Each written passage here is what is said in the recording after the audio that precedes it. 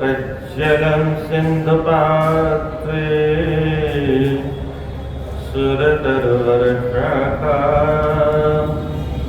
लेखने पत्रमुद्रिं लिखति यदि गृहीत्वा शारदा सर्वकालं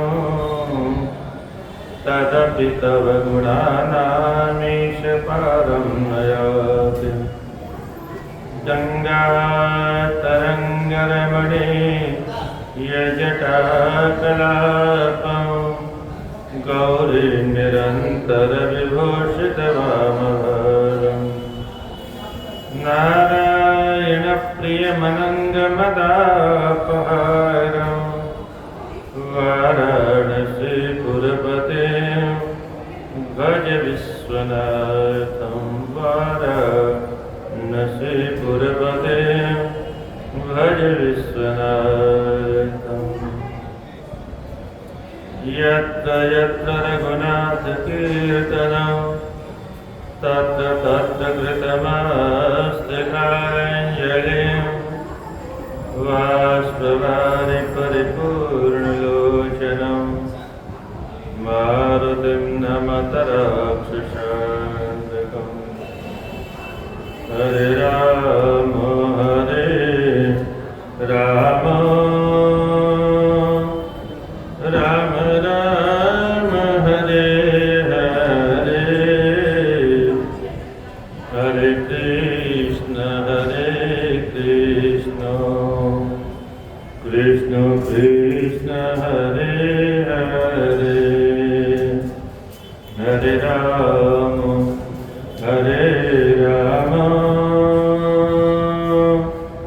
राम राम राम हरे हरे हरे कृष्ण कृष्ण कृष्ण हरे हरे हरे राम राम राम राम हरे हरे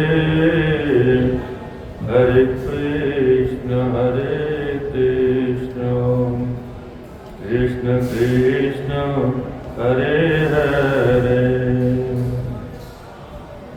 बोले जगन्नाथ भगवान के श्री रंगनाथ भगवान के श्री बद्रीनाथ भगवान के श्री अयोध्यानाथ भगवान के श्री विश्वनाथ भगवान के श्री लक्ष्मीनारायण भगवान के श्री हनुमतलाल जी महाराज के गंगा मैया के श्री गौ माता के सत्य सनातन धर्म के नमः पार्वती पतये हर हर जय जय श्री राधे श्याम।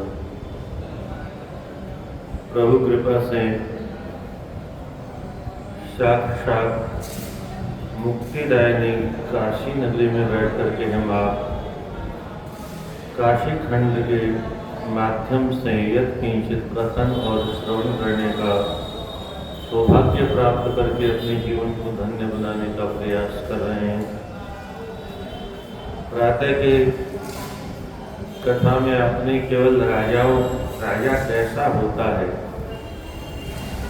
राजा का क्या धर्म है, राजा अपनी प्रजा का कैसे पालन करता है, मात्र 2 घंटे में यही श्रवण किया।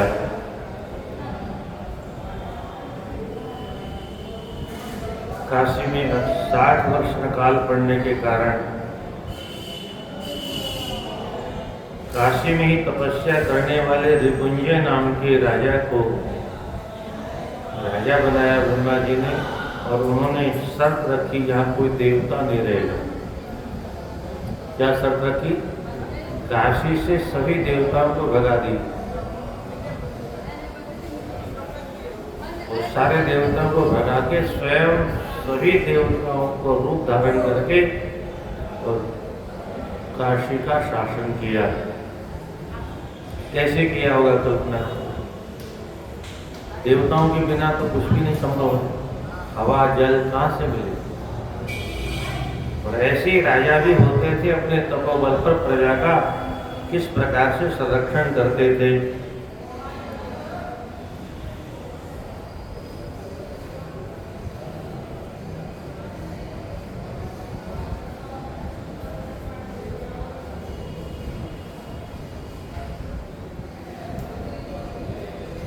नारायण नारायण।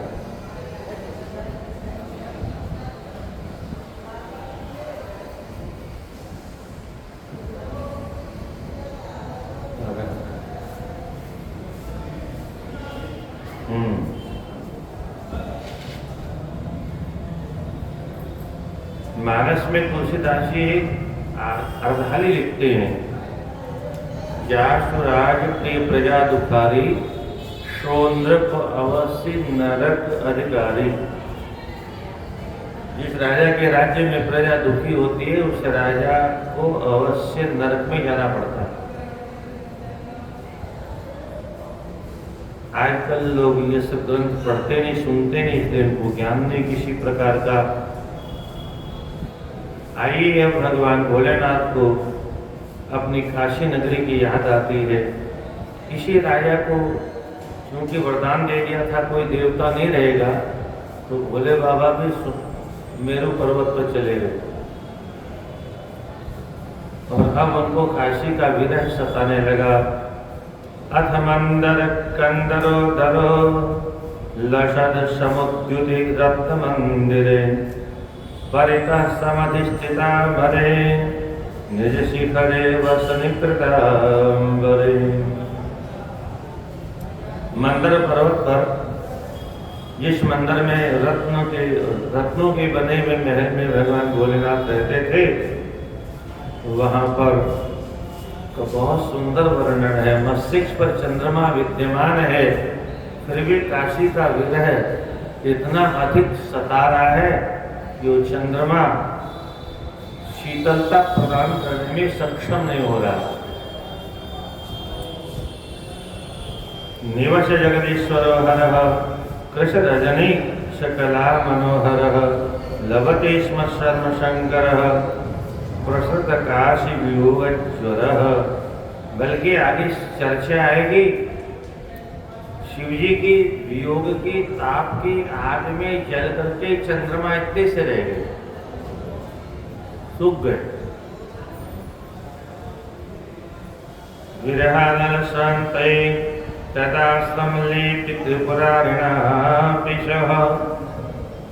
सेवकों ने, गणों ने भगवान की विरह के ताप को शरीर में जब संतप्त रूप में देखा, तो मलयाग्री चंदन पीस करके केसर कस्तूरी मिला करके पूरे शरीर में लेप दिया और वह तो तत्क्षण मट्टी बन गया, सूख गया। परितापहरणानि कराणि पद्मिनीनां मृल्लान्यपि कंकिणीकृतानि। पद्म के यानी कमल के पुष्पों की मालाओं को, कमल के पुष्पों से भगवान का श्रृंगार किया सेवकों ने। जो विरह की आग है वो शांत हो जाए, तो कमल ही सूख गए। और कमल की मालाएं तो ऐसी लग रही थी जैसे सर्प हो, सर्पों का सा जहर उगल रही हो, ऐसा अनुभव हो रहा था। और सेवकों से कहा हटाओ हटाओ, ये माला नहीं, ये तो सर्प है। जबकि भोले बाबा तो पहले से सर्प रखते हैं गले में। उन सर्पों का विष उनको इतना संताप नहीं दे रहा है जितना काशी का विरह उनको जला रहा है। काशी का जो महत्व जानता है उसकी ये दशा होगी। तीर्थों का जो महत्व जानता है, गंगा का जो महत्व जानता है, उसको भी वो होगा। बाकी तो झोपड़ी में भी रहने वाला है तो अपनी झोपड़ी से अधिक और किसी को महत्व नहीं देता। क्या महल की बात तो छोड़ो, भले ही झोपड़ी में रह रहा हूं, मेरा घर, मेरा मेरा। अब मेरा घर कहाँ है ये पता ही नहीं। हमारा असली घर कहाँ है? सभी जीवों का असली घर शमशान भूमि में। क्या चाहे जितने महल बना लो, अंतिम में तो वही रहना है, अंतिम में तो वही जाना है। ये महल तो काम आने वाले नहीं है। चाहे कोई मठाधीश हो, चाहे कोई धनाधीश हो, चाहे प्रजाधीश हो, चाहे स्वरूपाधीश हो, कैसा भी कोई अधीश क्यों न हो, सबके निवास की अंतिम भूमि पहले से बनी हुई है, जो हमको ध्यान आता ही नहीं। काशी वासियों को तो महीने 2 महीने में 1-2 बार मणिकर्णिका अवश्य जाना चाहिए। क्या? और काशी आने वाले लोगों को भी मणिकर्णिका का दर्शन अवश्य करना चाहिए। कुछ तो फर्क पड़ेगा, क्षणिक ही सही। आपने देखा है कि नहीं? देखा है क्या? यदुद्धनिधिं निमथ्य देवीर्मृदुसारः समकर्षि पूर्णचन्द्रः स बभूव कृशो वियोग तप्तेश्वर मूर्धोष्ण परिक्षरः शरीरः। जिस चंद्रमा को क्षीर सागर का मंथन करने के बाद में निकाला गया और भगवान ने जो कालकूट विष पी लिया था, उसको शांत करने के लिए मस्तिष्क पर विराजमान किया गया था। आज तक भले ही वो भगवान को सांत्वना दे रहा था, पर आज तो वह स्वयं क्षय रोग का शिकार हो गया। उसकी कलाएं मंद हो गई। जलधि धरती सज्जात ताप प्रफुल्लित मूल जटानि कुंज गौणी परितापहरां हरस्तदानि युनदीं ताम् अधुना पिनोचित शहीते। जिस ताप को शांत करने के लिए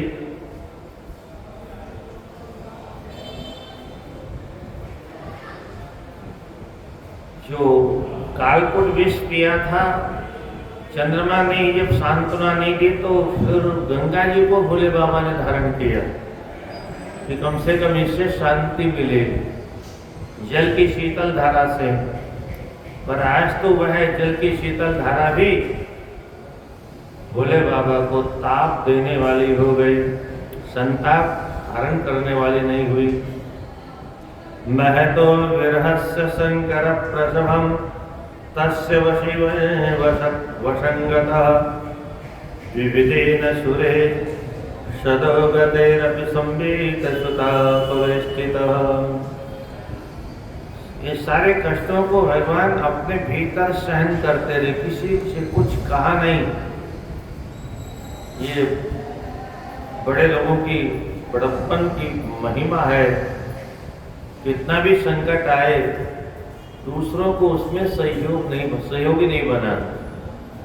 सुख मिले तो दूसरे को सहयोगी बनाना चाहिए, दुख मिले तो अकेले भोगने की परंपरा हमारे यहाँ रही। हम अपने दुख के कारण किसी और को दुखी करें, यही भोलेनाथ यहाँ पर शिक्षा दे रहे हैं। इसलिए कष्ट तो बहुत हो रहा है, संताप तो बहुत हो रहा है, पर अपनी पीड़ा को किसी के सामने प्रकट नहीं कर रहे हैं। अतिचित्रमिदं यदात्मना शुजुरप्येष कृपीतयोनिना स्वपुरी विरहोद्भवेन वे परितापे जगत्रेश्वरः। उन्हीं की मस्तिष्क से निकलने वाली अग्नि जो जगत को, त्रिलोकी को जला करके प्रलय में भस्म कर देती है, वो आज स्वयं काशी की विरह रूपी आग से जले जा रहे हैं। निज भाव तरतः कला निधि, अपने मस्तिष्क पर रहने वाला जो चंद्रमा है, जिसका आश्रय लिया था ताप मिटाने के लिए, वह बेचारा स्वयं ही क्षीण काय हो गया। भोले बाबा के ताप से संतप्त होकर के प्रतिपदा का चंद्र बन के रह गया, जिसका दर्शन किसी को जल्दी होता ही नहीं है। गरलम गरनालिका तले विरसदेश्य नतेन तापितः। जो कालकूट जहर समुद्र के मंथन में सबसे प्रथम प्रकट हुआ, उसको उन्होंने अपने गले में धारण कर लिया और उनको किसी प्रकार का ताप नहीं हुआ। आज वह भी काशी की विरह के ताप से संतप्त हो रहे हैं। विलसद हरिचंदनोदक छटयात विरहापनुत्तये हृदयाहितयाप्युतूयत प्रसर भोगे फटा भवेन्नुत। चंद्रमा से अमृत झरझर झरता है, पर आज वह अमृत भी इनको ताप दे रहा है। और नाना प्रकार की जो मालाएं पहने हुए हैं, वो मालाएं मात्र इसलिए पहनाई है सेवकों ने, जो शरीर में ताप दिखाई दिया, उस ताप को शांत करने के लिए कमलों की मालाओं से श्रृंगार किया।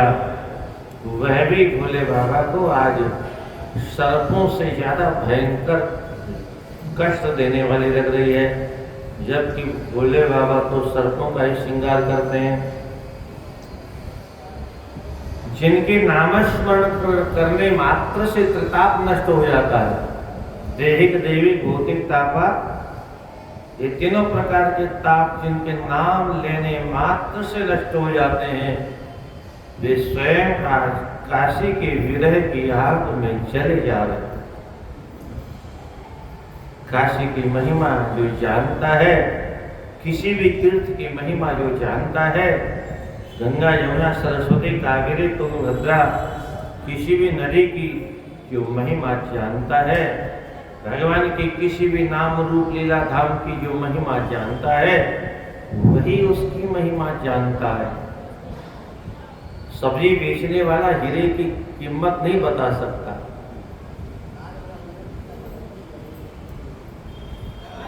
सही काशी वियोगता पिता स्वगतम किंचित जल परित्यज।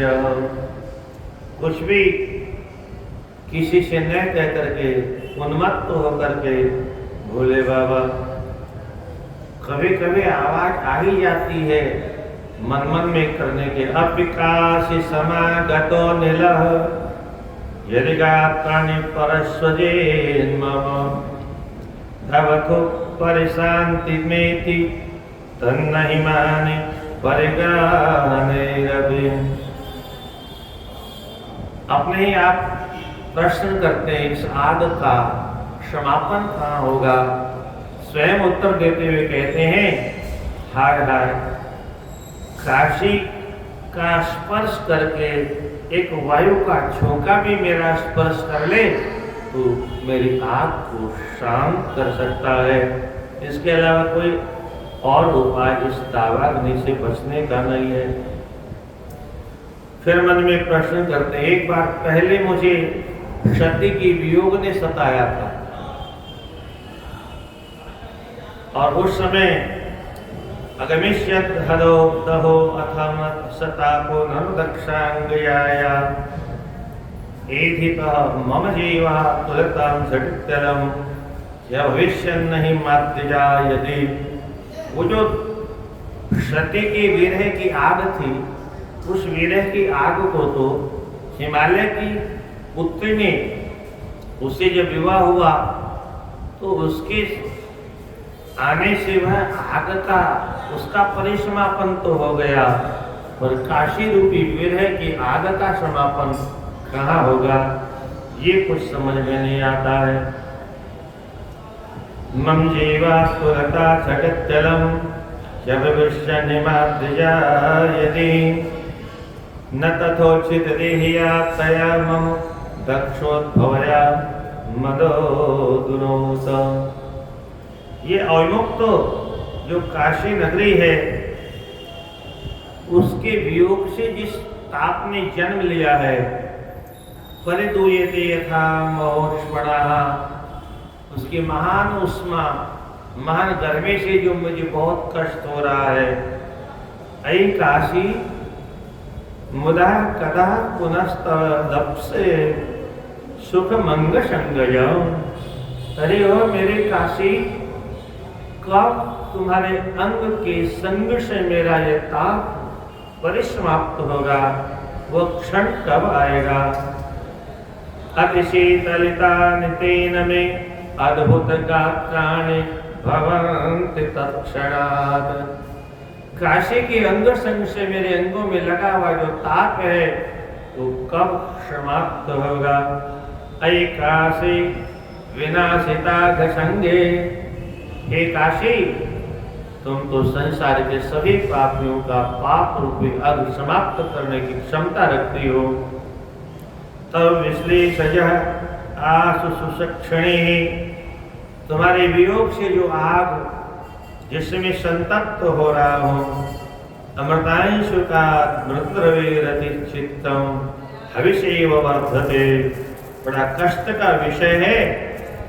ये अमृत, झरझर अमृत बरसाने वाला ये चंद्रमा भी अब जहर उगल रहा है। कैसा अद्भुत विरह की वेदना का वर्णन किया गया है। अगम मम दक्षजा वियोगजो। फिर कहते हैं दक्षजा, दक्ष की पुत्री से उत्पन्न होने वाला वियोग, तो ये हिमवत सुतो औषधि न, वह जो रोग हुआ था मुझे, वो हिमालय की पुत्री के सहयोग रूपी औषधि से उसको दूर किया।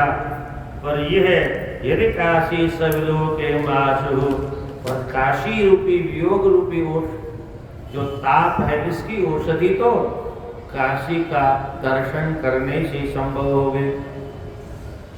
मनसे तिघ्नं तथा शिवः सुतरां समृता भवे कृतः। अपने भीतर भीतर जल रहे थे, पर प्रातः काल मैंने संकेत किया था, पति पत्नी के भीतर क्या चल रहा है। अगर दोनों में से एक दूसरे का दुख दर्द समझ नहीं सकते, तो सचमुच वो पति पत्नी कहलाने लायक नहीं। पिता और पुत्र के बीच क्या हो रहा है, क्या समस्या है, अगर नहीं समझ सकते तो पिता पुत्र लायक नहीं है। तो मित्र, एक मित्र दूसरे के दुख दर्द को अगर समझ नहीं सकता, तो मित्र होने लायक नहीं। जिन मित्र दुख होए दुखारी, तिन्हि विलोकत पातक भारी। तो जगदम्बिकया धियान जनन्यः कथमप्येष युक्त इत्यमानि। भगवती पराम्बा सेवा दशा भगवान की देखी नहीं गई। पुराने जमाने में थोड़ा बोलने की परंपरा बहुत कम थी। क्या सास ससुर की बात नहीं है, पति से भी बोलने की परंपरा नहीं थी।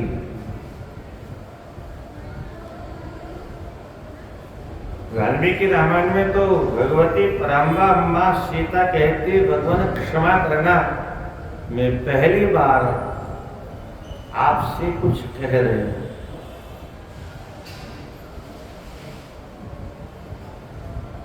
दंडकारण्य में सोने का हिरण आया। क्या भगवान नहीं जानते थे सोने का हिरण नहीं होता है? इतना भी ज्ञान नहीं था। फिर क्यों चले गए उसके पीछे खाते हुए? भगवान राम कहते हैं, आज पहली बार मेरी पत्नी ने मुझसे कुछ कहा। क्या? पहली बार। आज तक कुछ मांगा नहीं, पहली बार कुछ कहा है, इसलिए विचार करने का अवसर नहीं। मना कर नहीं सकता, चाहे जितना संकट आ जाए, पर पहली बार मेरी धर्म पत्नी ने कुछ मांगा है, तो मुझे प्रयास अवश्य करना चाहिए। जानते हुए असंभवम हेम मृगस्य जन्म तथापि रामो लुलुभे मृगाय। महापुरुष तो कहते हैं ऐसा क्यों हो जाता है? जो प्राय समापन्न विपत्ति काले धियोपि पुंसां मलिना भवन्ति। जब आपत्ति आती है अथवा आने वाली होती है तो बड़े बड़े बुद्धिमानों की बुद्धि पहले ही मर जाती है, बुद्धि काम ही नहीं करती। आपत्ति आने वाली होती तो ऐसा ही होता है, बाद में रोते हाय हाय ये कैसे हो गया। अरे विधि का जो विधान है, प्रारब्ध में जो लिखा है वो तो ऐसा ही होगा, हम अपनी बुद्धि से उसे दूर नहीं कर सकते। माँ प्रार्थना करते हैं भगवान आप किसके वियोग में इस प्रकार से दुखी हो रहे हो? अरे तव सर्वमस्ते हस्ते विलसत योग वियोग एव कस्ते। सारा कुछ तो त्रिलोकी आपके हाथ में है, आपको किस विषय का दुख हो सकता है? तब भूति रहो विभूति दाते। क्या बात, एक सामान्य सी विभूति होती है, वह भी आपके श्रीअंग में लग जाती है तो विभूति बन जाती है। विभूति का मतलब ऐश्वर्य, वह ऐश्वर्य बन जाती है, शोभा बन जाती है, श्रृंगार बन जाती है आपका। सकला कलिका अभिभूत दात्री, वह विभूति चराचर जगत का कल्याण करने वाली हो जाती है। मरणम मंगलम यत्र भूते यस्य विभूषणम, विभूति ही उसको जिनका विभूषण होता हो, ऐसा अद्भुत। त्वदनिरक्षणतः क्षमा विभो प्रलयं यान्ति जगन्ति सोच्यवत्। आपके संकल्प मात्र से तो, आपकी भ्रकुटी टेढ़ी होने मात्र से तो जगत का प्रलय हो जाता है। आप प्रलयंकर कहलाते हैं। तो आपको ताप देने की सामर्थ्य किसमें है? कौन आपको संतप्त कर रहा है? न भवन्ति इंदु दिवाकराग्नयः, सूर्य चंद्रमा ये सब आपके द्वारा प्रकट हैं। तीनों नेत्र आपके, और तृतीय नेत्र में तो प्रत्यक्ष अग्नि का ही निवास है। वो अग्नि आपको कभी संताप नहीं दे पाती। आज आप क्यों संतप्त हो रहे हैं? भुजगा भुजगा सदैव तेमि न विषम संक्रमते न नीलकंठ। नाना प्रकार के सर्पों का आपने आभूषण बना रखा है, इनका विष जो जहरीली फुफकार निकलती है वह भी आपको कष्ट नहीं दे पाती, संताप नहीं दे पाती। अहमस्मि च वामदेव वाम तव वाम च पुरत चित्त युक्ता। और फिर ऊपर से मैं आपकी सेवा में अहर्निश सन्नद्ध हूँ, फिर आप क्यों दुखी हैं? बोले बाबा बोले ऐकासीत्यष्टमूर्तिर्, काशी मुझे अपने वियोग के ताप में संतप्त कर रही है। अथ बाल सखीभूत तत्कानन विरुद्धम शिवा प्रस्तावयान चक्रे विमुक्ता मुक्तिदाम पुरीम। जिस काशीपुरी के बल पर मेरे सारे संसार को मोक्ष प्रदान करता हूँ, आज मैं स्वयं उसके वियोग में छटपटा रहा हूँ।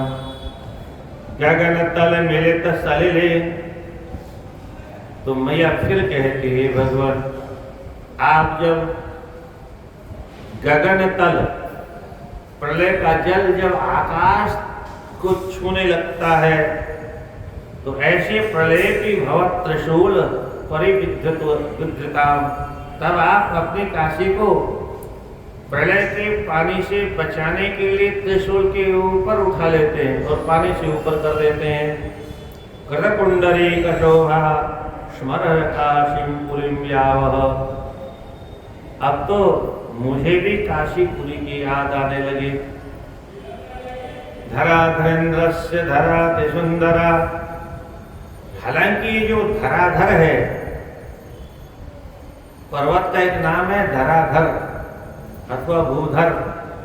भूधर माने भू माने पृथ्वी, धर माने धारण करने वाला। जो पृथ्वी को धारण करे उसको भूधर कहते हैं। ये जितने पर्वत हैं बीच बीच में, ये पृथ्वी डगमग डगमग होकर पानी में न डूब जाए अथवा पानी में ऐसे डगमग डगमग न हो, इसलिए जगह जगह ये पर्वत उसको शांति से स्थिर रखते हैं।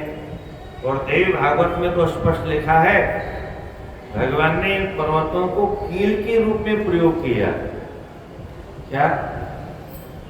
जैसे कोई तख्ता उक्ता बनाता है तो कोई तख्ता ऊपर नीचे न हो जाए तो उनको कील से ठोक ठोक करके फिर टनाटन बना देते हैं, नहीं तो आदमी गिर जाएगा, रात को उससे चोट लग जाएगा। ऐसे ही पृथ्वी को स्थिर रखने के लिए पर्वतों को कील के रूप में प्रयोग किया गया।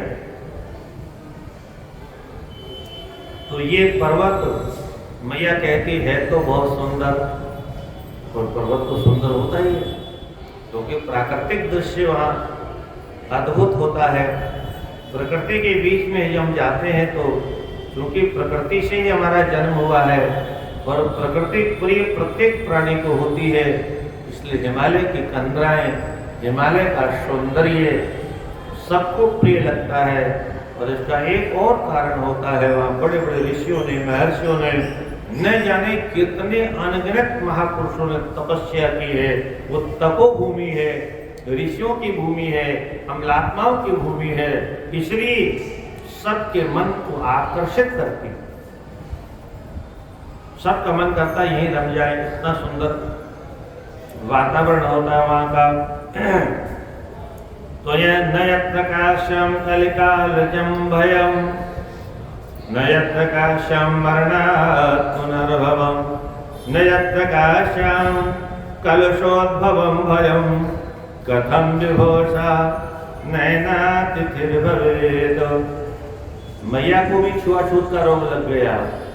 मैया भी कहती है, जिस काशी में कलिकाल का भय नहीं रहता, जिस काशी में मरण के बाद में क्या होगा इसका भय नहीं रहता, क्योंकि मोक्ष होना ही होना है। जिस काशी में किसी प्रकार के पाप ताप संताप का दोष रह नहीं सकता है, वह काशी मेरे नेत्रों की अतिथि कब बनेगी। किमत्र न सन्ति पुरः सहस्रशः, पदे पदे सर्व समृद्धि भूमय, परम कासे सदृशे दृशो पदं, क्वचित् गता मे भवतां शपे शिव। हे भगवान, जहाँ सहस्त्र सहस्त्र समृद्धियों का अद्भुत वातावरण उपस्थित है, वह काशी नेत्रों को दृष्टिगत कब होगी। जहाँ पर देवता भी तरसते हैं काशी का दर्शन करने के लिए। क्वचित् गता में भवतां शपे शिव, त्रिविष्टपे सन्ति न किं पुरस्सतम्। जहाँ देवताओं का झुंड हाथ जोड़े खड़ा रहता है। समस्त कौतूहल जन्म भूमयः, सभी प्रकार के कौतूहल आश्रयों की जो जन्म देने वाली भूमि है, वह काशी हमारे नेत्रों की अतिथि कब बनेगी।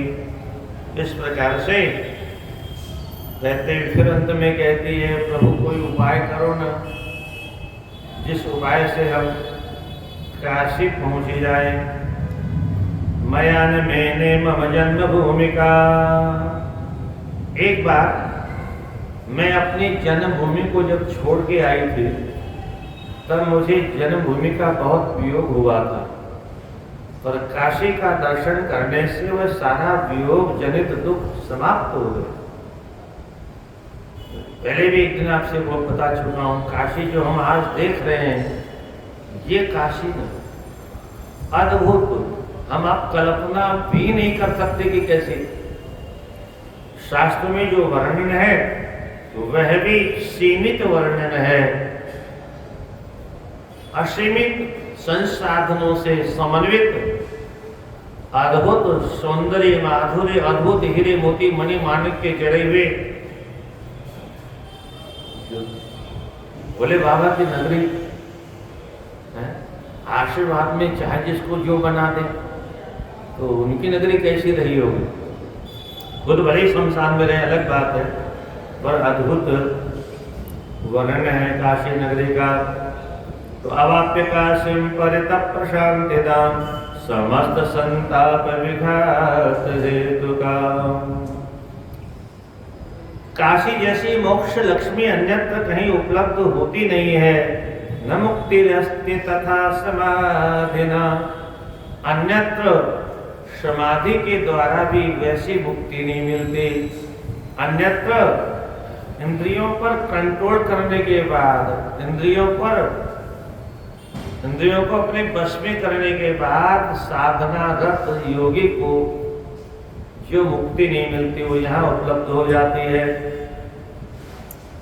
समाधि के द्वारा भी अन्यत्र वह उपलब्धि नहीं होती जो उपलब्धि काशी में निवास करने वाले महत्व को मिल जाती। कृतो प्रियाभिर्नः वेद विद्या, बड़े बड़े यज्ञाचार्यों को, बड़े बड़े यज्ञ संपादन करने वाले यजमानों को वह गति नहीं मिलती। वेद विद्या, चारों वेदों का सांगोपांग अध्ययन करने के बाद भी वह लाभ नहीं मिलता। यथा हि काश्याम परिहाय विग्रहम्, जो काशी में शरीर छूटने के बाद उपलब्धि होती है। नागलोके सुखमस्ति तादृशम् कुतस्तु पातालतले सुंदरे वार्ता विमर्ते सुख संश्रयाक्व वकाश्यामि यादृक् तन्मात्रधारिणी। नागलोके, स्वर्ग लोक में भी वह आनंद नहीं है, और न पाताले भी अति सुंदर है। पाताल लोक में बहुत सौंदर्य माना जाता है, सुतल लोक में भी, और स्वर्ग से भी ज्यादा ऐश्वर्य माना जाता है। फिर वे लोग भी काशी की क्षमता नहीं करते। यहाँ पर शरीर धारण करने वाला करने मात्र से अथवा यहाँ आकर के रहने मात्र से जो सुख उपलब्ध होता है कहीं नहीं होता। हे भगवान, क्षेत्रे दुशोनिं भवतो मुक्ते विमुक्ति लक्ष्म्या न कदापि मुक्ते मनोपि यः प्राणिवर प्रयुक्ते षडंग योगम सदैव युक्ते। काशी में 6 प्रकार के योग स्वतः ही मात्र रहने मात्र से बन जाते हैं। किसी प्रकार की योग की वहाँ आवश्यकता नहीं है। सुखेन काशी संवाप्य आदेशम दशो स्त्रीकृत्य शिवत्व क्षणम। हे भगवान, आप काशी में कब चल रहे हैं? क्योंकि अन्यत्र देवलोक जैसी सुख सुविधा ही क्यों न हो, पर काशी में रहने वाला तो कीट पतंग पक्षी भी भाग्यशाली हैं। उन दिव्य लोकों से उनका भाग्य सर्वोत्कृष्ट होता है। तो आकाश संदर्शन निष्फलोदयम शमंतता पुष्कर बुद्धोपम। ये शरीर तो जल के बुदबुदे के समान है, इसलिए दृशो कृतार्थे कृतकाशी दर्शने तनु कृतार्था शिवका शिवासिनी। भगवान, आप जहाँ रहते हैं वह काशी दर्शन करने मात्र से जीव का कल्याण करती है। और नेत्र तो काशी दर्शन से ही कृतार्थ होते हैं। हम नेत्रवान हैं, कैसे पता चलेगा? हमारे नेत्रों में या तो भगवान बसे, अथवा तीर्थों का वास हो, अथवा गंगा यमुना सरस्वती कावेरी का वास हो, तब तो हमारे नेत्र धन्य हो। उन नेत्रों में दुनिया वाले घुसे हुए हैं, मट्टी के लोदे घुसे हुए, क्या मिलेगा?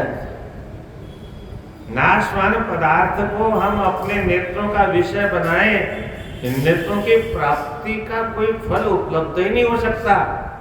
नेत्रों के फल की उपलब्धि तो केवल आध्यात्मिक मार्ग में है, या तो संतों का, सच्चे संतों का, हमारे जैसे पाखंडियों का नहीं, सच्चे संतों का दर्शन हो अथवा भगवान का दर्शन हो। मन कृतार्थ कब होता है? वो धृत काशी संश्रयम, काशी का जो मन आश्रय ले लेता है वही मन कृतार्थ हो जाता है। और मुख कौन सा कृतार्थ होता है? बोले मुखम कृतार्थम कृत काशी सन्मुखम, जो काशी नगरी के सन्मुख हो जाए, उसको पीठ दिखाने वाला है, वो भाग्यशाली नहीं है। वरमित काशी रजोतिल पावन, काशी की रज भी बड़ी पावन है। रजस्तमो ध्वंसी शशि प्रभोज्वलम, क्यों काशी की रज की महिमा है? कि रजोगुण तमोगुण आदि का विनाश करने की क्षमता यहाँ की रज में है। जो रज कर सकते वहां तो उतना तो बाहर भजन भी नहीं कर सकता। कृत प्रणामे मणिकर्णिका हुए ललाट गम यद बहुमन्यते सुरे, देवता लोग भी अपने मस्तिष्क से जब मणिकर्णिका को प्रणाम करते हैं तब अपने आप के मस्तिष्क को धन्य धन्य मानते हैं। न देवलोको न च सत्यलोको न नागलोको मणिकर्णिकायाः, तुलाम्बुजेत्यत्र महाप्रयाणो कृच्छ्रुति भवेत् ब्रह्मरसायनास्पदम्। मणिकर्णिका की बराबरी न तो देवलोक कर सकता है, न सत्य लोग कर सकता है, न नाग लोग कर सकता है। तुलाम्बुजेत्यत्र, महाप्रयाण के समय मणिकर्णिका में मुक्ति की प्राप्ति होती है। ब्रह्म रसायनास्पदम, ब्रह्म रूपी रसायन यह मणिकर्णिका में प्रयाण करने पर उपलब्ध होता है। मामहो मणिकर्णिका स्थले तमस्यते तमस्ततिर्यत्र शमेति संशयम्, परम सतेर्जन्मभि हरिदितापि या दिवाकराग्निन्दु करेर्निग्रहः। अन्यत्र सैकड़ों जन्म लेने के बाद में भी वह लाभ नहीं मिलता जो काशी में मरने मात्र से लाभ मिल जाता है। किम निर्वाण पदस्य भद्रपीठम, निर्वाण माने मोक्ष देने वालों में सबसे दिव्य पीठ काशी पीठ है। यहाँ पर कल्प मथोन मोक्ष लक्ष्म्या, मोक्ष रूपी लक्ष्मी यहाँ सभी को उपलब्ध है। परमानंद सुगंध जन्मभूमि, ये परमानंद उत्पन्न करने वाली दिव्य भूमि है। समतीत विमुक्त जंतु संख्या क्रियते यत्र जने सुखोपविष्टे, विलसद्युते सूक्ष्म शर्कराभिः श्रवपात महोत्सव विलासी। यहाँ पर अन्यत्र तो जन्मोत्सव होता है, क्या विवाहोत्सव का महत्व है, अन्य भी नाना प्रकार के उत्सवों का महत्व हो सकता है क्या? और काशी में तो मरणोत्सव होता है, क्या मरने का उत्सव।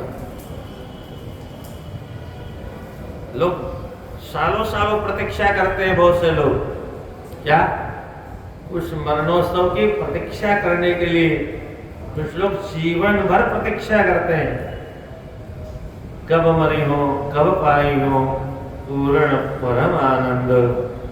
वो लोग डरते होंगे मरने से, है क्या मरवे थे जग डरे मोरे मन आनंद, कब मरी हो, कब पाई हो पूर्ण परम आनंद। अरे जहां जाना ही जाना है, कल परसों प्रतीक्षा क्यों करनी। राधे राधे। अपर्णा परिवर्णे थे पूरे वाराणसी मुने, पुन विज्ञापयामास काशी प्राप्ते पिनाकिनम।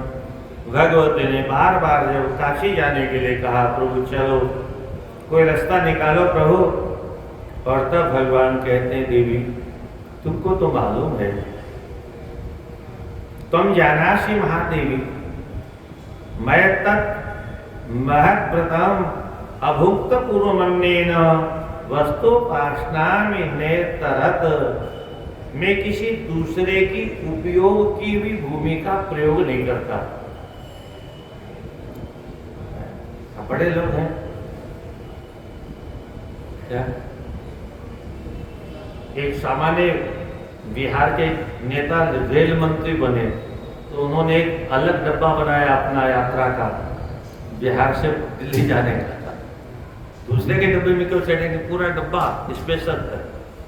ऐसे ही बड़े लोग अपना प्राइवेट हवाई जहाज, अपना प्राइवेट हेलीकॉप्टर, और खैर कारवार तो आजकल सभी के पास में हो गई, उसकी तो बातें ही बेकार है। पर और बड़े लोग जो होते हैं वो दूसरे के हेलीकॉप्टर में क्यों बैठेंगे, अपना प्राइवेट सब साधन, जूठे में नहीं बैठते। तो ये तो भगवान है। जब सामान्य संसार का व्यक्ति थोड़ा सा वैभव पाने के बाद में दूसरे के यान का प्रयोग नहीं करता। पितामह से वचना, क्यों ऐसा नहीं करते आप? बोले मैंने ब्रह्मा जी को वचन दिया है, ब्रह्मा जी ने रिपुंजय को वरदान दिया है, वही देवदास के नाम से काशी में शासन कर रहा है, और धर्मेण शास्त्री पूरी का उपायो गृह्यताम। वह दुष्ट शासक होता तो भी मैं उसको निकाल के बाहर कर देता, और वह धर्म पूर्व प्रजा का शासन करता है, तो कोई उपाय ऐसा नहीं है कि धर्मात्मा को मैं वहां से पदच्युत कर सकूं। भगवान की भी अपनी सीमा है। क्या हुआ, भगवान है तो क्या, ईश्वर है तो क्या हुआ?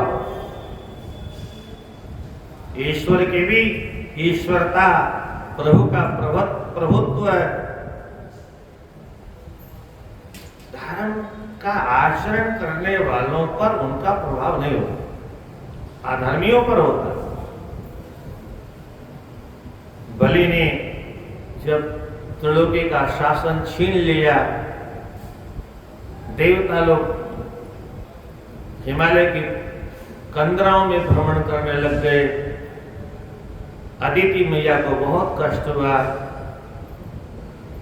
पतिदेव से अनुष्ठान पूछा और पयोव्रत बताया 12 दिन का। उस पयोव्रत के बाद में भगवान आए, और तब भगवान को अपनी समस्या मैया ने जब बताया कि ये समस्या है, तो भगवान बोले मैं बलि का कुछ बाल बाका नहीं कर सकता, छीन नहीं सकता। धर्मात्मा धर्म के मार्ग पर चलता है, वो जो धर्म के मार्ग पर चलता है मैं उस कुछ नहीं कर सकता उसका। बोले भगवान मैंने तो अनुष्ठान इसीलिए किया। तो बोले आपने अनुष्ठान किया तो मैं भिखारी बन जाऊंगा, और क्या कर सकता, भीख मांग घूमता, भीख मांग के ले सकता हूं, उसका बाल बाका नहीं कर सकता। तो भिखारी बन के चले गए भगवान अपने भक्त का कार्य सिद्ध करने के लिए। बोले हाथ फैला के भीख मांग के ले लूंगा, और मैं बलि का बाल बाका नहीं कर सकता, क्योंकि धर्म का आचरण करने वाला कोई भी हो। इन कथाओं के माध्यम से हमारे जीवन में कभी धर्म के प्रति सद्बुद्धि आती नहीं है। धर्म की क्या महिमा है, भगवान भी धर्मात्मा व्यक्ति का बाल बांका नहीं कर सकते। कथम स राजा धर्मिष्ठ प्रजा पालन तत्पर व्योच्येते पुरः काश्या दिवोदास महीपति। धर्म पूर्वक शासन करने वाले देवदास को मैं काशी से कैसे बाहर कर दूं? अधर्म वर्तनो यस्मात् विघ्नस्य आदेतस्य दुः। अधर्म करने वाले के जीवन में तो बाधा पहुंचाई जा सकती है, पर धर्मात्मा के जीवन में नहीं। धर्म वर्तमानुसरताम यो विघ्नं समुपाचरेत। जो धर्म करने वाले लोगों के जीवन में विघ्न पैदा करता है, वो उल्टा उसी पर आकर के लागू हो जाता है। उसका तो बाल बांका नहीं होगा, क्योंकि जहां को राखे साया मार सके नहीं कोई। बालन बांका करे सके चाहे सब जग बैरी हो। बहुत प्रयास किया दुर्योधन ने, पर अंत तो गतवा हुआ क्या? धर्मात्माओं का, अनिष्ट चिंतन करने वालों का खात्मा हो गया। 100 के 100 पुत्र मारे गए। ये सारे उदाहरण हाँ, धर्म के मार्ग पर पहले संकट तो दिखाई देते हैं। अधर्म के मार्ग पर पहले अच्छा दिखाई देता, पर बाद में संकट आता, और बाद में जो संकट आता बहुत लंबा होता है, बहुत भयंकर होता है। धर्म के मार्ग पर चलने वाले के जीवन में कुछ समय तक संकट रहता है। वो क्यों? वो परीक्षा करने की, वो परीक्षा करने की। इसमें कितनी सहन शक्ति है, कहां तक सहन कर सकता है।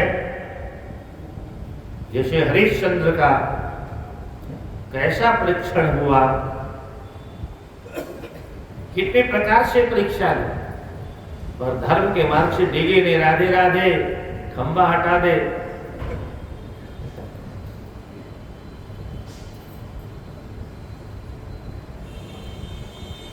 पुराने हमारे देश के महापुरुषों ने धर्म के लिए कितना संकट सहन किया, हम इतना भी सहन नहीं कर सकते। इसलिए धर्म का है, इसलिए धर्म के रक्षा हम कर नहीं सकते। कोई संत, कोई महात्मा मैदान में आने को तैयार नहीं, मार्गदर्शन करने को तैयार नहीं, सब शांति से बैठे अपने अपने एयर कंडीशन महलों में। कोई तलवारों की चमक के बीच में महात्माओं ने ही धर्म की रक्षा की।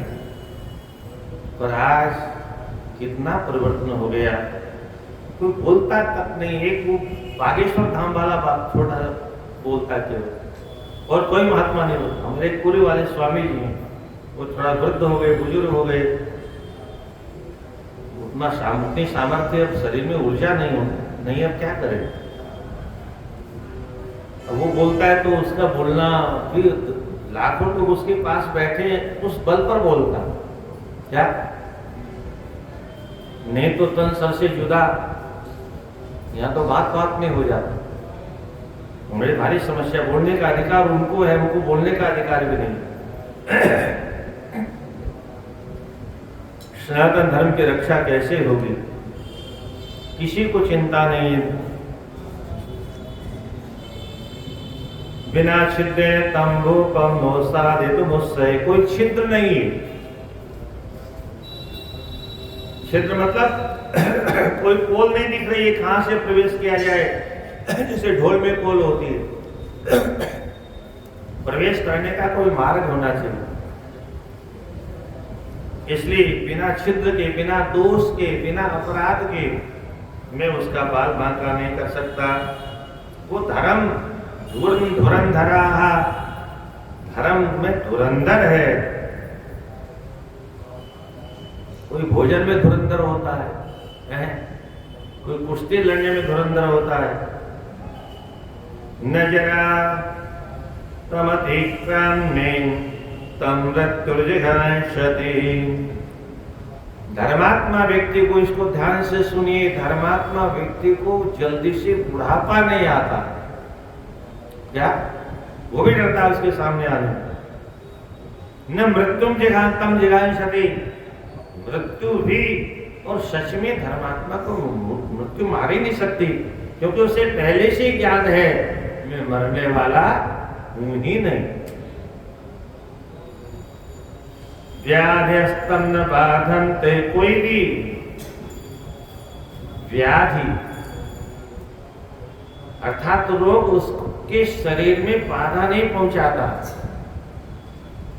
धर्मर्थ प्रदत्तयः, धर्म को धारण करने वाला उसके जीवन में किसी प्रकार की बाधा नहीं, ये धर्म की महिमा है। इति संचिन्त्यन् देवो योगिनी शत्रमग्रतः। यही चर्चा चल रही थी दोनों भगवान और भगवती में। उसी समय योगिनियों को देखा, सामने सेवा में रत थी। ये 64 योगिनियां, ये मणिकर्णिका के पास में ही 64 योगिनियों का दिव्य दर्शन होता है। तो उनको देखा और उनको बुलाया। अथ देव्या समालोच्य व्योमकेशो महो महामुने योगिनी वृंदमाहुय जगो वाक्यमिदं। भगवान बोले, देखो देवियों, तुम जल्दी से जल्दी काशी में चले जाओ। मम वाराणसी पूरे, ये मम शब्द है मेरा, मेरी काशी। यद्यपि सब वैकुंठ बखाना, भगवान राम कहते हैं संसार में सब लोग वैकुंठ की बड़ी महिमा कहते हैं, पर मुझे अयोध्या से सब छोटे लगते हैं, क्योंकि ये अयोध्या मेरी जन्मभूमि है। अभिस्वर्णमय लंका में लक्ष्मण रोचते जननी जन्मभूमि से स्वर्गादपि गरीयसी। जन्मभूमि और मां, ये दोनों स्वर्ग से बड़े होते हैं। और आज की मैकाले की शिक्षा पढ़ने वालों को जननी जन्मभूमि ये नहीं श्रेष्ठ लगती। यहाँ का जन्मा हुआ अमेरिका जाता है, क्या है? तो यहाँ पैसा कम मिलेगा। अरे अपनी जन्मभूमि में कम खा लेना, गम खा लेना। भारत जैसी दूसरी भूमि धरती पर कहीं है ही नहीं है? ऐसा आज भी, चाहे जितनी मैकाले की शिक्षा का प्रभाव हो, पर आज भी भारतवर्ष जैसा धर्म, कर्म, दान, पुण्य कहीं विश्व में उपलब्ध नहीं।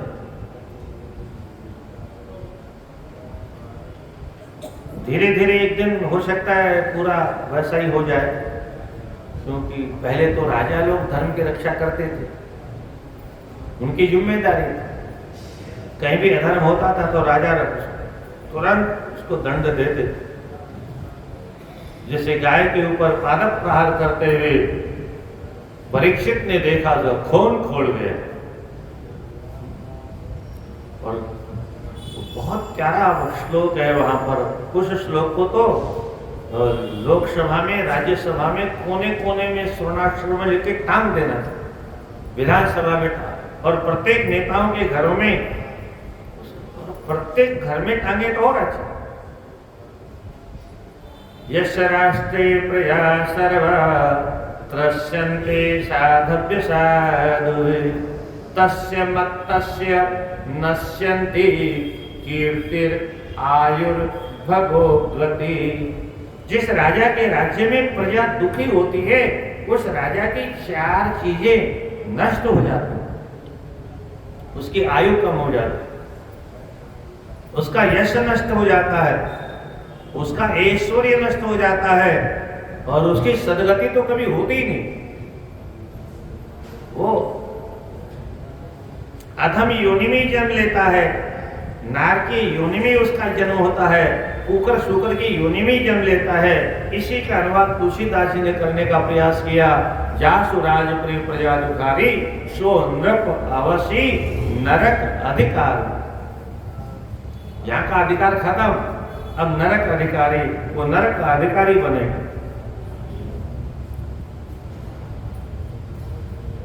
तो योगियों से भगवान कहते हैं, देवियों जाओ, यथा पुनर्नवीकृत्य पुरीं वाराणसी में हम इतः प्रयामि योगिन्य तथा क्षिप्तम विधीयताम। जैसे मैं दोबारा काशीपुरी में प्रवेश कर सकूं ऐसी योजना बनाओ, और उस राजा के मन और मस्तिष्क में कुछ ऐसी उद्विग्नता पैदा कर दो कि वह धर्म के मार्ग पर चलना शुरू कर दे, तो काशी में रहने का अधिकार ही समाप्त हो जाए। इसलिए जाओ और इस योजना को, यत्र राजा दिवो दासो राज्यम धर्मेण शास्त्रम स्वधर्म विच्युत काशीम यथा तुरंत त्यजेत नृपः। जैसे अधर्म के मार्ग पर चलने लगेगा, स्वतः काशीवासी उसको बाहर कर देंगे। इसलिए जाओ। योगिनियों ने आकाश मार्ग से, ये जो कर्मकांडी लोग हैं ना, वो जो पूजा करवाते हैं, उसमें 64 योगिनी का मंडप बनाते हैं। 64 योगिनी, ये कहाँ, ये 64 योगिनियां हैं। यदाकाशमाविश्यम मनसोप्यतिरंघजाः, मन के वेग से काशी पहुंच गए, उनको देरी थोड़ी लगनी थी। परम परस्परम भाषणायाम योगिन्या तामुदान्विताः, परस्पर एक दूसरे से वार्ता करते हुए, जब काशी का अभी दर्शन नहीं किया है पर आपस में चर्चा कर रही है, अद्य धन्यतरास्मो वै देवदेवेन स्वयं। आज तो भगवान विश्वनाथ ने हमको धन्य धन्य बना दिया, क्योंकि आज इन्हीं नेत्रों से जाकर के हम काशी का दर्शन करेंगे, अपना जीवन धन्य धन्य करेंगे। कृत प्रसादा प्रहिता श्रीमदानंद काननम, आनंद कानन में आज जाकर के दर्शन करने का अवसर मिलेगा। इति मुदिता मना सुयोगिनीनां निर्कुरस्तंभस्त्वथ मंदरादिगुण्यात्, मंदरगिरी के कुंजों से निकल करके काशी के लिए प्रस्थान कर दे आकाश मार्ग से। और नैनातिथ्यम अलभ्य यत् पुरीं ताम, और उस काशीपुरी को नेत्र का अतिथि बनाया। स्कंद जी कहते हैं, हे महर्षि, अथ तद्योगिनी वृंदम दुरादृष्टिम प्रसार्य च, आकाश मार्ग से दूर से काशी के दिव्य दर्शन किए। स्वनेत्र नेत्र देर्घ्य निर्माणम प्रशंस फलान्वितम, और उन्होंने अपने नेत्रों के जल से अर्घ्य प्रदान किया, अर्थात काशी का दर्शन करने से प्रेम से अतिरिक्त जो अवस्था हुई उनकी, वो प्रेमोन्माद होने के कारण उनके आंखों से अश्रुओं की धारा प्रवाहित हो गई, और वही काशी की भूमि पर गिर करके मानो काशी नगरी को अपने आंखों के अश्रुओं से अर्घ्य प्रदान किया। दिव्य प्रसाद माला नाम, कैसी काशी नगरी है? दिव्य प्रसाद माला नाम पताका शल पल्वा, दिव्य दिव्य, दिव्य का मतलब होता चम चम चम चम चम चम चमकने वाले।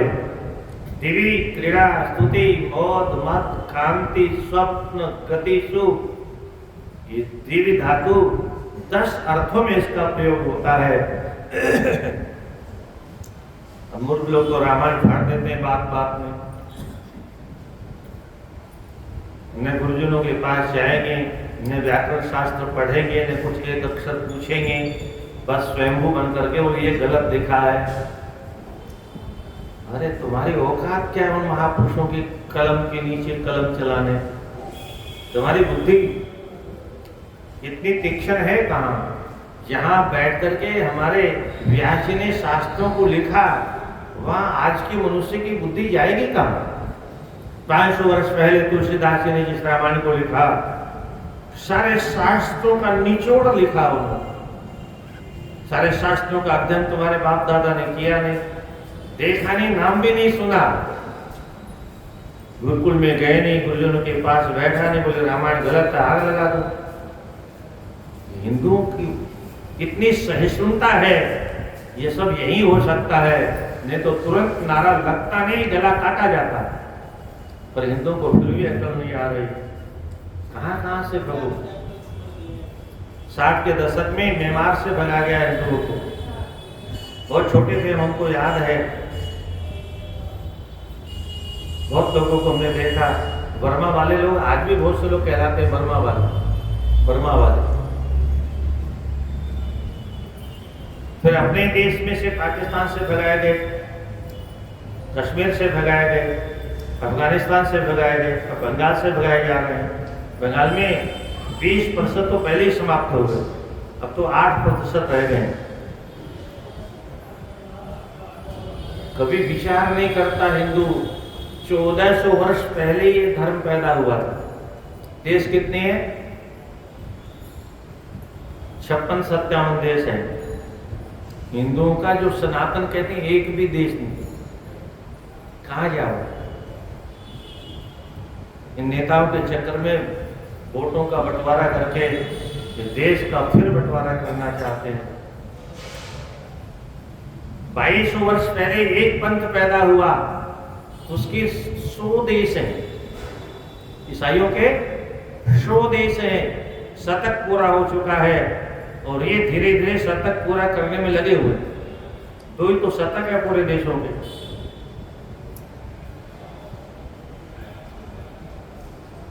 चारों तरफ से भारत आतंकवादियों से घिर चुका है, फिर भी कहते हैं कुछ बात है, हस्ती मिटती नहीं हमारी।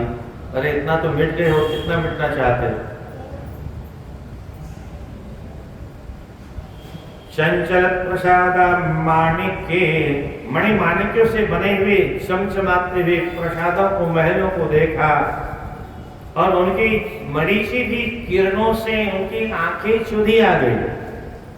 सादरम दूरम आर्गस्थान पांथान नावायती विवह, वो बड़ी बड़ी अट्टालिकाएं, उनके ऊपर फहराती हुई स्वर्णमयी ध्वजाएं हवा के झोंकों से हिलती हुई, मानो दूर से आने वालों को आओ, आ जाओ, अपने हवा के झोंके से मानो निमंत्रण दे रही हो। इसीलिए शायद लगा रखा हो उनको, आओ आओ, कहाँ जा रहे हो, अब आगे आओ, काशी में आओ। देवत्वं मायाच्छाद्य वेशं कार्पटिकोचितं विधाय काशीं अविशद योगिनी चक्रम क्रमहु। योगिनियों ने अलग अलग रूप धारण कर लिए। 64 योगिनियां थी, 64 प्रकार की कलाओं से युक्त होकर के घर घर में प्रवेश कर गए, परंतु किसी के मन को धर्म से च्युत नहीं कर पाए। कोई प्रभाव किसी पर नहीं पड़ा। कोई तो कपट वेश धारण करके, साधु जैसे वेश को धारण करके प्रवेश करते हैं, और काचित से योगिनी भूत्वा, कुछ योगिनी बन करके योगी के वेश में प्रवेश कर जाती हैं। काचित जाता तपस्विनी, कुछ योगिना तपस्विनी बन जाती हैं। काचित बहु शैरंध्री, कुछ दासी बन जाती हैं, घरों में काम खोजती हुई। काचिन मासोपवासिनी, कुछ योगिनियां 1 महीने का उपवास व्रत करने वाली हो गई। कुछ मालाकार वधु, माला बनाने वाली हो गई। काचित काचित नापित सुंदरी, कुछ नवनिया बन गई है। निमंत्रण उन्मंत्रण देने के काम तो हम कर ही लेंगे। सूती कर्म विचार किया, जन्म लेने वाला बालक कब जन्म लेगा उसका ठीक ठीक विचार करके बता देने वाली। अपरा भेखच्य को विदा, कुछ औषधियों की ज्ञाता बन गई। किसी को कदाचित कोई बीमारी हो तो औषधि देते ही ठीक हो जाए, ऐसा जादू। कुछ क्रय और विक्रय करने वाली चतुर बन करके भ्रमण करने लगी, और व्यालग्राही ने कुछ तरफ पकड़ने वाली, कैसा कैसा वेश बनाया। काचित दासी, कुछ दासियां बन गई। काचित काचंच धात्री, कुछ दाई बन गई। बड़े लोग होते हैं ना, अपने बच्चों की सेवा नहीं करते, दाई करते। राधे राधे, गर्दन गिर जाएगी मुझे। अच्छा, माताओं में क्या होता है, वात्सल्य होता है। आज नहीं तो कल, कल नहीं तो परसों वात्सल्य जब जगेगा तो किसी न किसी से प्रेम करने का मन करेगा, किसी को गोद में खिलाने का मन करेगा। अपनी औलाद को तो नहीं खिलाया, दाई ने पाला, और बाद में जब वो वात्सल्य जगता है, अब क्या करें, बोले कुत्ता ले आओ। क्या, फिर कुत्ते को ला करके और उससे उसको लाड़ लड़ाते हैं। कुत्ता भी भाग्यशाली होगा, है तो सड़क छाप थोड़े होगा, उसने भी कोई पूर्व जन्म में इससे रिश्ता जोड़ा होगा, तभी तो आज उसकी गोद में खेलने का जो उसके बेटे को सौभाग्य नहीं मिला, वो कुत्ते को सौभाग्य मिल रहा है। गाड़ी में घूमने का सौभाग्य, और कभी कभी क्या रोज दिन में सैकड़ों बार है उसका मुख चाटती होगी। हाय हाय हाय हाय, उसके सारे पितर उसी समय नरक में चले जाते होंगे। है नारायण नारायण नारायण। तो काचित धात्री, कोई एकाच नृत्य कुशला, कुछ नर्तकियां बन गई। अन्य गान विशारदा, अब नाचने वाली होगी तो गाने वाले की भी जरूरत है, इसलिए कुछ गाने वाली हो गई। अपरा वेणु वादक किया, कुछ वेणु में चतुर, वीणा बजाने में। वेणु और वीणा दोनों अलग अलग, वेणु वंशी को कहते हैं, और वीणा वो मोटी वाली होती है जो तार बंधे रहते हैं उसमें। कुछ वीणा बजाने वाली हो गई, कुछ मृदंग वादन्या, सारा साथ तो चाहिए, तो मृदंग वादन्य। अन्य काचित ताल कलावती, तो ताल बजाने वाले हो गए। काचित कारण तत्वज्ञ, वशीकरण मंत्र जानने वाले, किसी को भी वश में करने वाले। और इस प्रकार से काचित मौक्तिक गुंफिका, कुछ मोतियों की माला बनाने वाले। मोती साथ में है, माला गूंथती जा रही है, माला बेचती भी जा रही है। गंध भाग विधिज्ञान्यात्, कुछ इत्र बेचने वाली। काचित दक्ष कलालया, कुछ आलाप लेने में, गाने में चतुर बन गई। आलापोल्लास कुशला, काचित चतुरचारिणी, वार्तालाप में चतुर बन गई।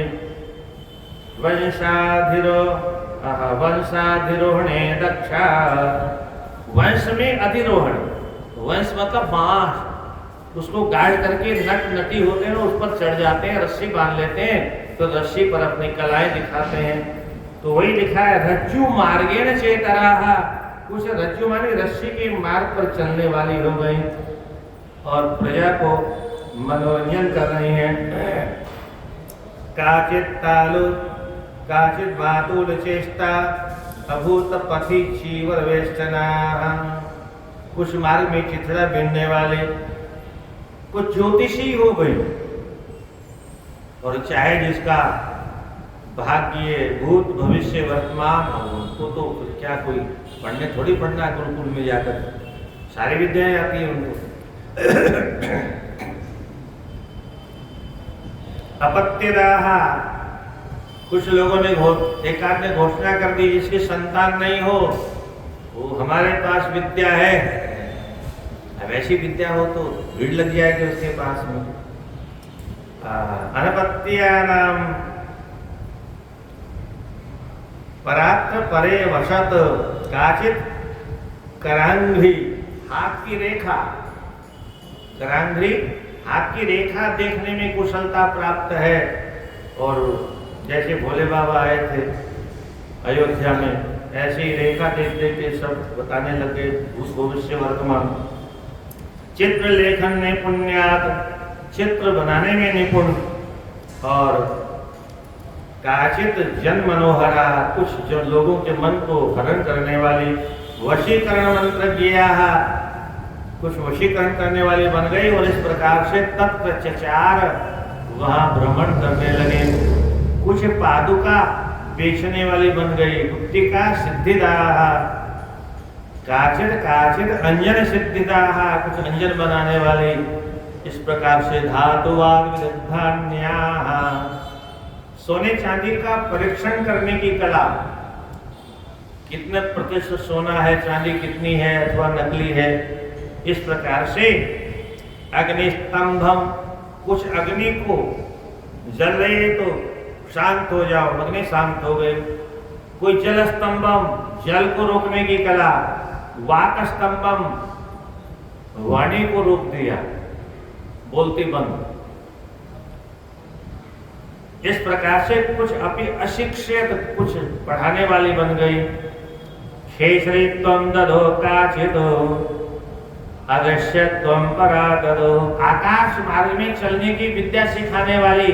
और काचित अदृश्यत्वम, कैसे किसी वस्तु को अदृश्य बनाना है अथवा स्वयं अदृश्य हो जाना है, किसी व्यक्ति को अदृश्य कर देना है, अंतर्ध्यान बना देना है, ऐसा।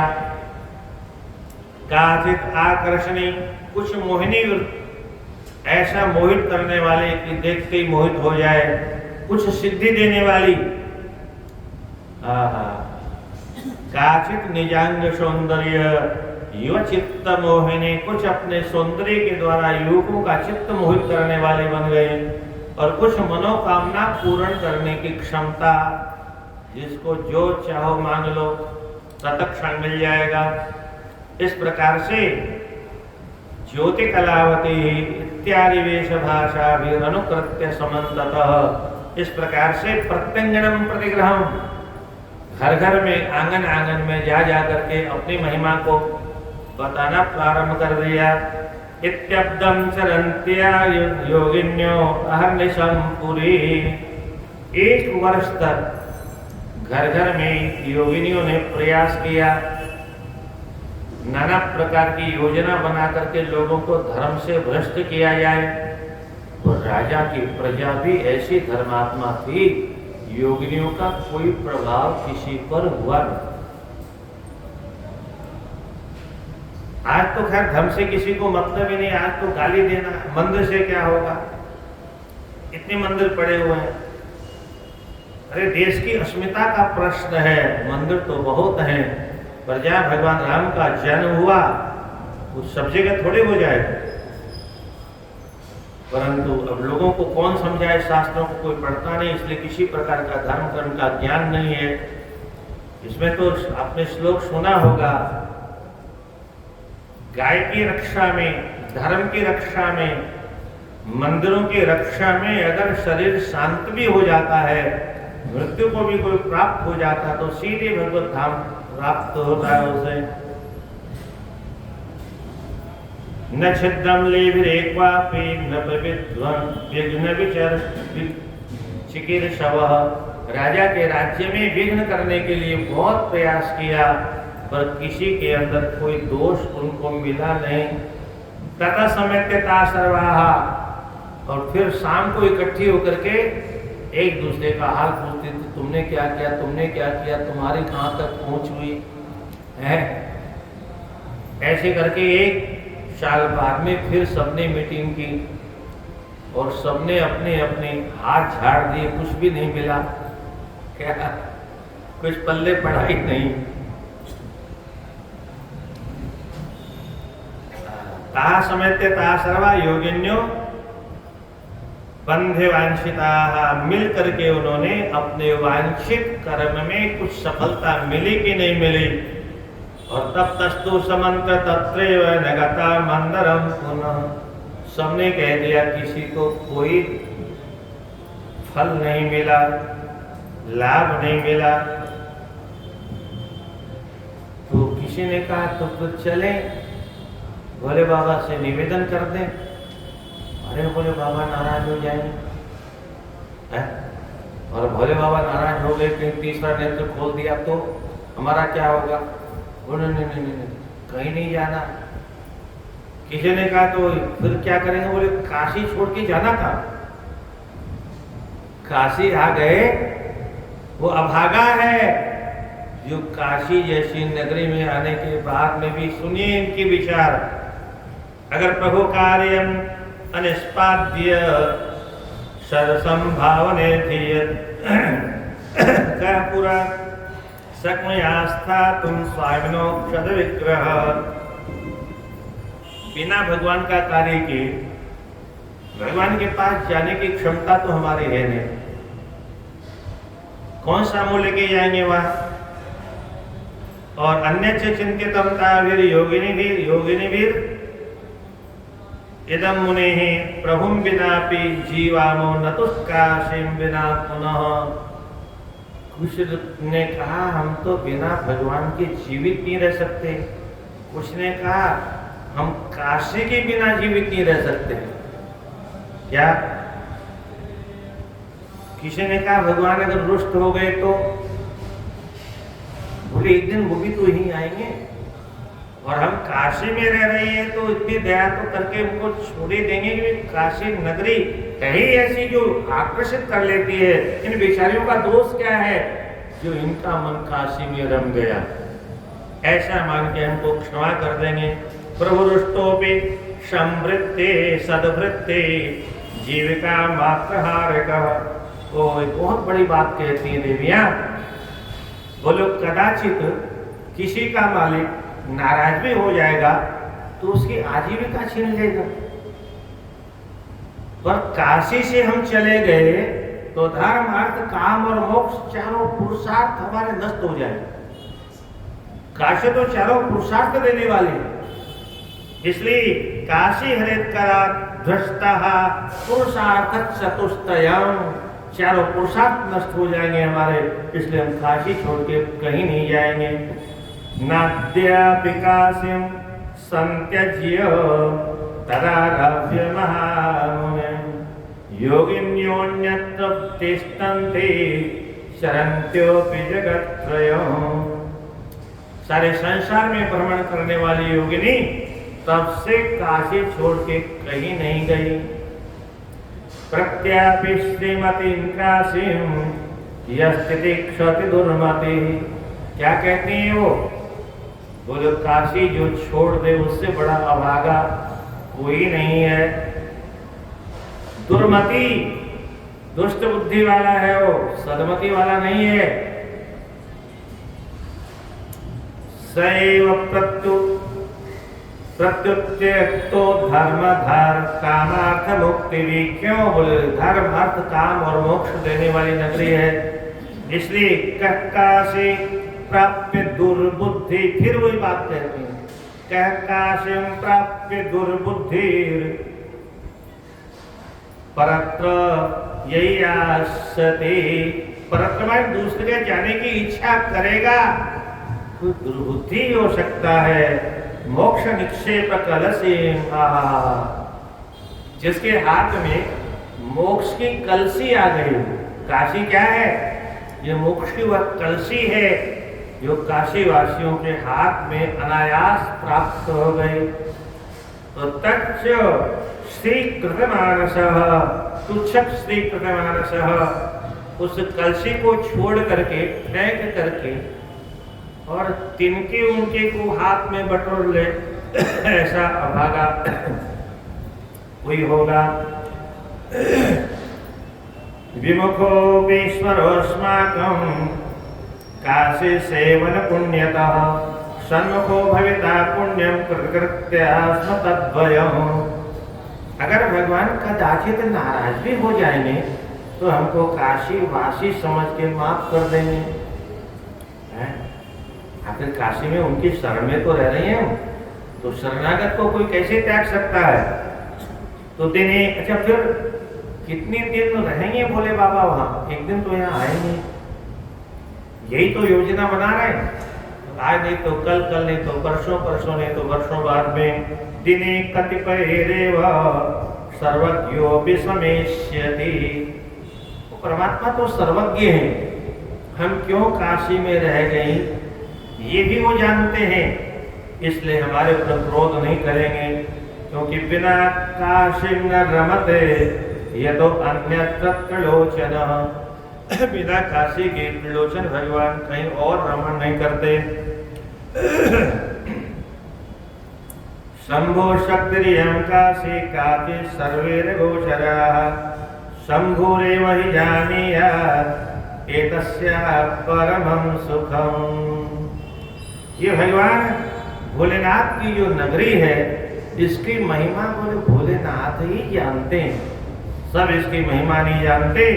एतस्याः परमं सुखम, यहाँ जो परमानंद मिलता है वह परम आनंद, जिसको ठीक ठीक कोई जानता है तो भोलेनाथ जानते हैं। इति निश्चित्य मनसि शंभोरानंद कानने अतिष्ठत् योगिनी वृंदम कया चिन्मयावृतम्। ऐसा निश्चय करके अपने मन में काशी में ही रमण करने लगी। जो आनंद कानन है, उस आनंद कानन में आनंद लेने लगी। व्यास जी कहते हैं, सूतो इत्थं समाकर्ण्य मुनि पुनः पपच्छ षण्मुखम् कानि कानि च नामानि तासां तानि वरेश्वर। महर्षि अगस्त्य पूछते हैं, हे महा योगेश्वर, उन देवियों का कम से कम नाम तो बता दो, कौन कौन सा उनका नाम था। भजनाद्योगिनां न काश्यं किं जायते फलम्। काशी में रहने वालों को योगिनियों का भी भजन करना चाहिए। तो कस्मिन् पर्वणि सा पूज्याः, किस पर्व में योगिनियों की पूजा होती है, पूजा करनी चाहिए। और कथम पूज्याश्च तद्विदः, और क्यों उनकी पूजा करनी चाहिए उसको आप बताइए। श्रुत्वेति संप्रश्न, इस प्रश्न को सुनने के बाद में स्कंद भगवान कहते हैं, नामधेयानि वक्ष्यामि, उनके विविध नाम मैं तुमसे कहता हूँ। उनको सुनने मात्र से पापानि क्षयन्ति भविनां क्षणात्, पृथ्वी पर रहने वाले मनुष्यों के इन 64 योगिनियों के नाम सुनने से सारे पाप नष्ट हो जाते हैं। तो नाम सुनने में हमारा क्या लगने वाला है। आइए नाम ले लेते हैं। गजानना, सिंहमुखी, गृद्धास्य, काकतुंडिका, उष्टग्रीवा, ऊंट जैसी गर्दन, हयग्रीवा, घोड़े जैसी गर्दन, वाराही सूर्य के स्वरूप में, वृषभाननाः, उलूकिकाः, शिवाराः, मयूरी, विकटाननः, अष्टवक्त्रः, कोटिराक्षी, कुबजा, विकटलोचनाः, शुष्कोदरी, पेट सूखा हुआ है, ललित जिह्वा, और दृष्टा वाराननाः, दक्षाक्षी, एकराक्षी, बृहत्तुंडा, सुराप्रियाः, शिशुघ्नी, पापहंत्री, काली रुधिरपायिनी, काली रुधिरपायिनी, वशाघया, गर्भभक्षः, शवहंत्रा, अंतर्मालिनी, स्थूलकेशी, बृहत्कुक्षी, सर्पास्या, प्रेतवाहना, दंडसूक, क्रौंसी, मृगशिरः, वृषाननाः, व्याप्तास्य धूम्नि, निःश्वासः, व्योमकेशर्णो, ऊर्ध्वदृक्, तापनी, शोषणी, दृष्टि, कोटरी, स्थूलनासिकाः, विद्युत्प्रभाः, बलाका, मार्जारी, कटपूतनाः, अट्टाटहासाः, कामाक्षी, मृगाक्षी, मृगलोचना, नाभा, ये नाम, इतने नाम जो है, नामानाम इमानि यो मर्त्य चतुष्षष्टिम दिने दिने। प्रतिदिन अगर इन नामों का उच्चारण करता है, त्रिसंध्याम जपेत, तीनों समय में इनका जप करता है, तस्य दुष्ट बाधा प्रशाम्यति, किसी प्रकार की दुष्ट बाधा उसके जीवन में नहीं आती। न डाकिन्यो न शाकिन्यो न कुष्मांडा न राक्षसा।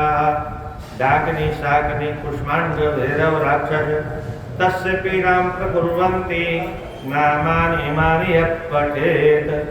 इन 64 नामों का जो पाठ करता है किसी प्रकार की पीड़ा उसको ये नहीं पहुंचाते। और शिशु नाम शांति कारिणी गर्भ शांति कराणी, जो छोटे छोटे बच्चों के जीवन में शांति प्रदान करने वाले हैं, गर्भस्थ शिशु को शांति देने वाले, माँ को शांति देने वाले। और रणे राजकुले, राजाओं को युद्ध के मैदान में विजय प्रदान करने वाली। वापी विवादे जयदान्यपि, वाद विवाद में अगर अर्थात कोर्ट में कचहरी में मुकदमे में विजय प्रदान कराने वाली। लवेद अक्षिताम सिद्धिम, किसी प्रकार की इप्सित अभिष्ट सिद्धि को देने वाली ऐसी योगिनी पीठ सेवक।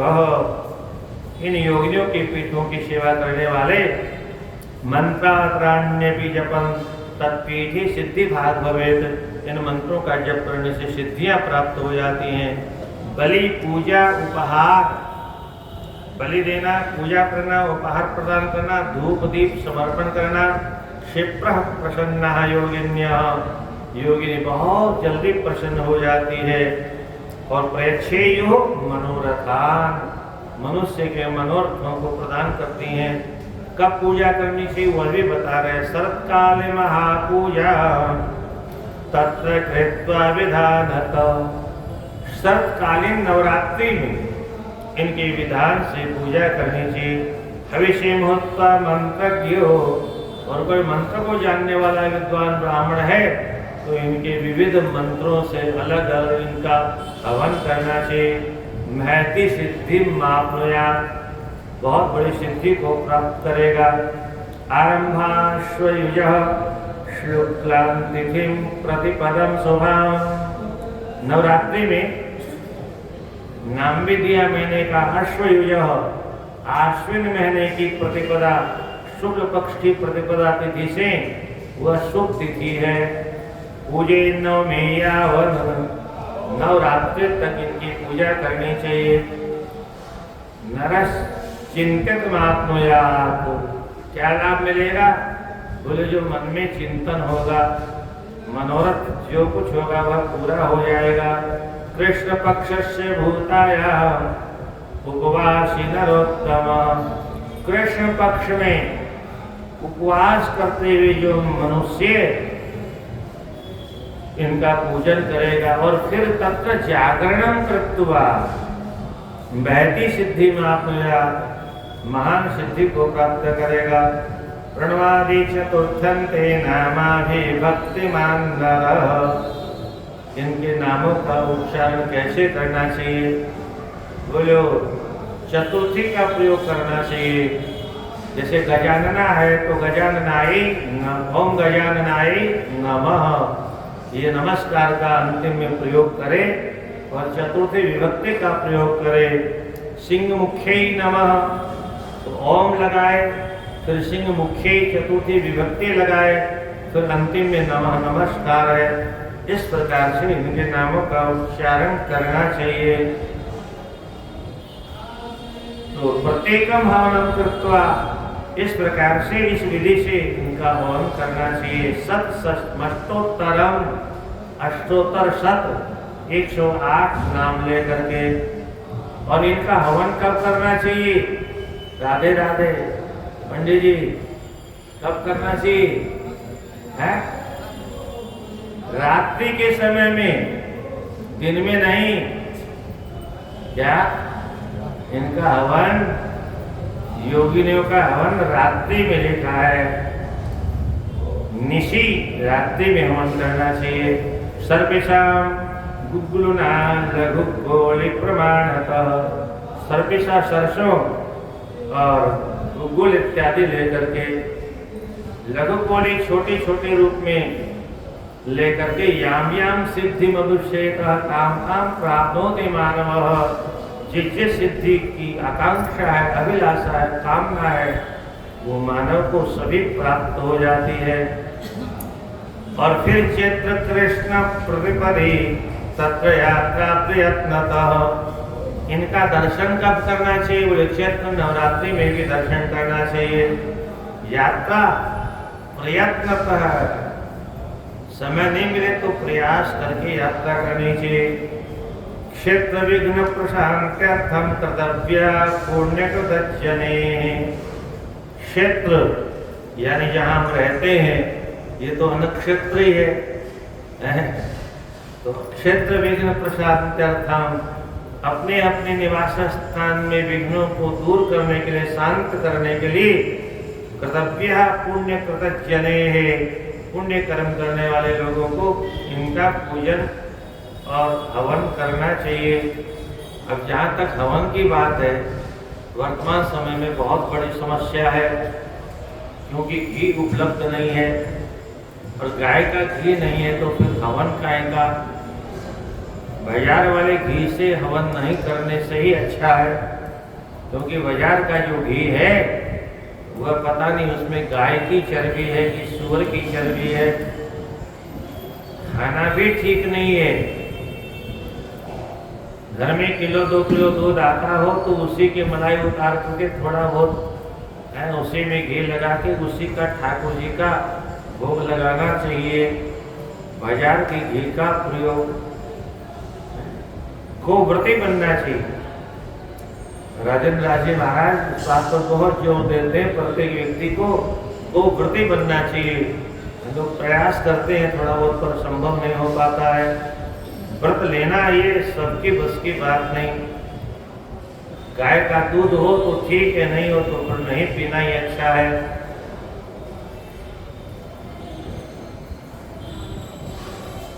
क्षेत्र विघ्न यात्रा से संवत्सर के ही 1 वर्ष तक की यात्रा योने पूरी अवज्ञा, जो अवज्ञा पूर्वक नहीं करता है, अपमान पूर्वक नहीं करता है, तस्य विघ्नम प्रेक्षन्ति योगिन्य काशीवासिनः, उसकी विघ्नों का कैसे ही निवारण होगा।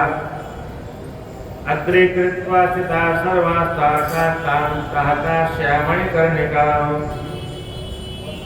सभी को आगे आगे करके यात्रा प्रारंभ करनी चाहिए। और कहाँ जाना चाहिए? बोले काश्या मणिकर्णिका, मणिकर्णिका में इनका जो पीठ है वहां पर दर्शन करना चाहिए।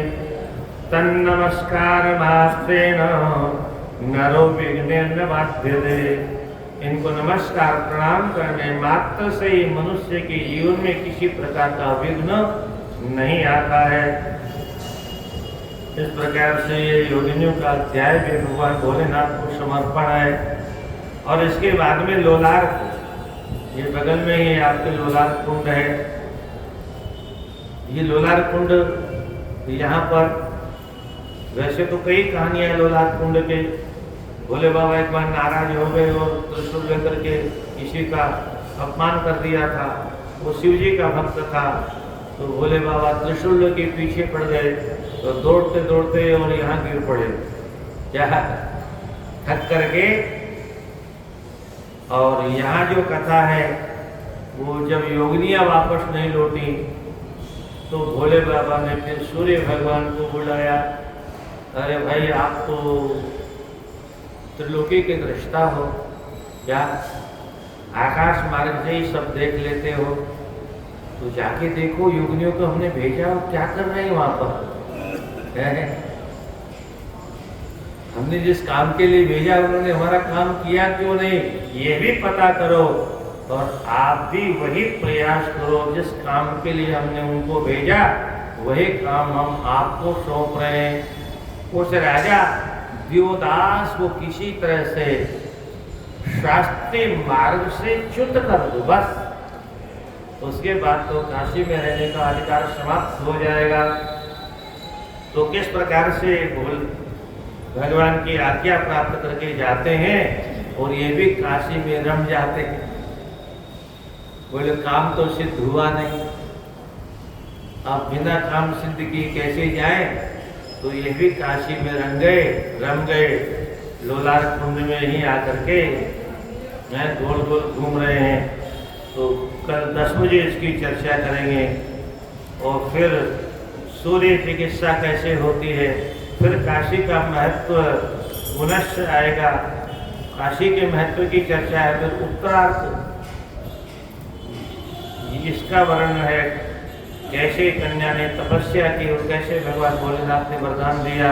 स्वयं वरदान न पा करके एक बकरी आके बैठती थी, बोले भगवान इसी को वरदान दे दी। कैसे कैसे कृपालु लोग होते थे, बकरी मात्र तपस्या में बैठती थी तो उसको वरदान दिलवा दिया। वरदान तो खैर उनको भी मिला, वो भगवती की सखी बनके। इसके बाद में द्रौपदा दिखती है, द्रौपदी को भगवान सूर्य ने बटलोई प्रदान की थी। ये 12 आदित्य हैं, इन 12 आदित्यों की कथा क्रमशः बहुत छोटी छोटी रूप में है, पर इनकी सबकी चर्चा कल प्रयास करेंगे।